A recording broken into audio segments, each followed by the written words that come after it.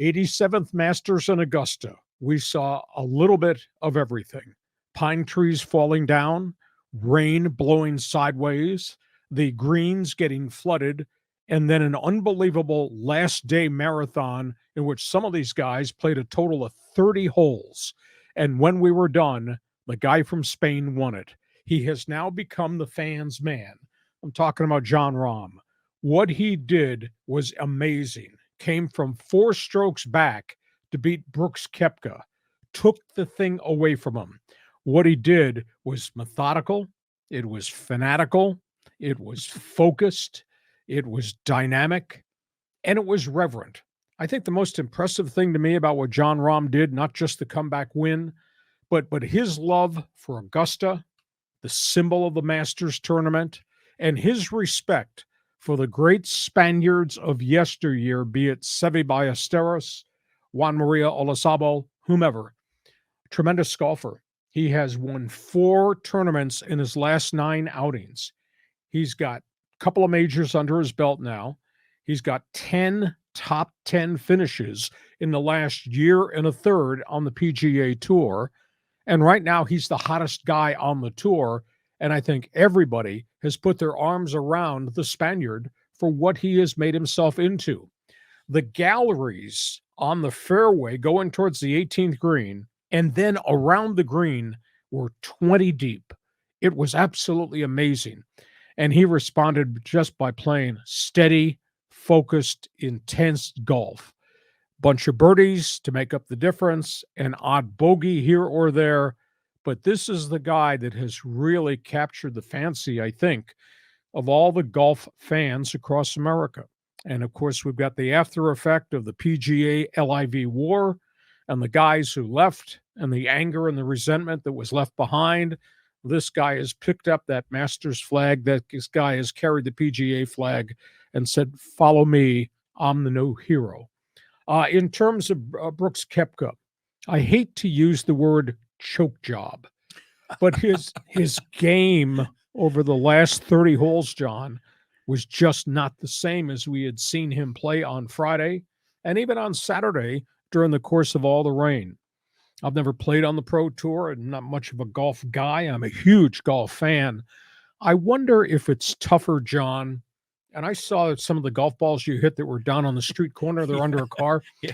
I wonder, John, if it's easier to play from in front or to play from behind, chasing down the leader.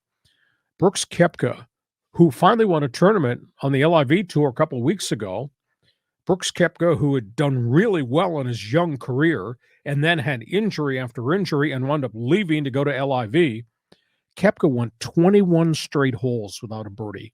21.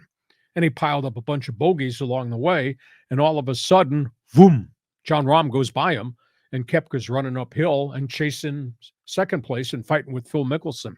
Just not the same golfer. So I don't know whether or not he caved in under the pressure or he just never found himself. There was no consistency off the tee to the fairway to the green. He had no easy putts along the way. He just wasn't placing his shots. So that was a big setback there. Let's talk about Phil Mickelson. Everything with lefty went right on the weekend. That's the best that he has played in a couple of 3 years. Mm-hmm. It's the best he's played since he vacated, took the money and ran to the Saudi Super League. I mean, Phil Mickelson was electric. I mean, we had 7 birdies there. And this looked like vintage Phil Mickelson at the height of his popularity on the Pro Tour, where he was aggressive going to the green, pinpointing, making his putts, dropping birdies in there. I mean, you reel off 7 birdies on the final day, you go 65 on the final day at Augusta. That looked like the Phil Mickelson of old when he used to be the fans' man, not a guy who's finishing 25th to 46th in every one of the LIV tournaments. I was so impressed. He looks to be in much better shape. The smile is back in his face.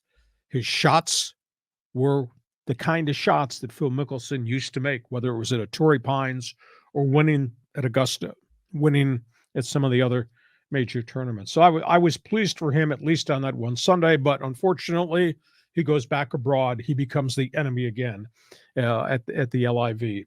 And there were some other guys that really finished strong. I've got to say that Jordan Spieth, whose career has just been sidetracked by a ton of different injuries, he had 9 birdies yesterday, a couple of bogeys, 9 birdies on Augusta on the final Sunday of the tournament. That was pretty impressive. Now, off the course, whole bunch of stories there to talk about. Obviously, there is still lingering animosity, LIV. They didn't interview Phil. Phil, the face of LIV, not interviewed on the CBS Masters. How could that be when you consider how bloody hot he was and what he did over 3.5 days with all the bad weather and everything? They didn't interview him. And Brooks Koepka made a comment, and was the only time the LIV was mentioned. He says, we're not a bunch of washed up golfers. 3 of the top 5 finishers on the leaderboard were guys from abroad, from the LIV. But Masters was superb. Jon Rahm has made a statement as to who he is right now. And now I think he has replaced Mickelson, and to a degree, Tiger, who we're going to talk about next, as the fans' man. What a really, really great player. And I think style, I think persona, and I think his respect for all the great guys on the PGA Tour for decades and decades. He's talking about guys going back to the 60s that he respected. That's pretty impressive. Your thoughts? Yeah, I mean, it was just an incredible tournament, especially the way those trees fell and like it barely missed at people. I mean, it was shocking that no one was hurt by that. But I'm just watching this tournament unfold, and you have to think that it was the talk that wasn't really said is which league is going to win this? Is it PGA? Is it LIV? And Jon Rahm has just been cleaning house in the PGA. So love seeing this. He did a great job. I mean, but how many times have we seen golfers in these major tournaments just melt down? And usually it's Tiger that's like chasing him. But you're in the Masters and it's on Sunday and there's a lot of pressure. So you tell me, I mean, before you started hitting golf balls under cars in a parking lot, do you think it's tougher to be in the lead and having guys chase at you, or is it tougher to be behind and trying to make up ground on whoever's atop the leaderboard? Well, I think it just depends on your self-esteem. I mean, if you are really confident in yourself, then get in the lead and hold the lead. But sometimes people, do better chasing from behind because it keeps them aggressive. Some just can't hang on to that lead while they're going through it. Okay, let's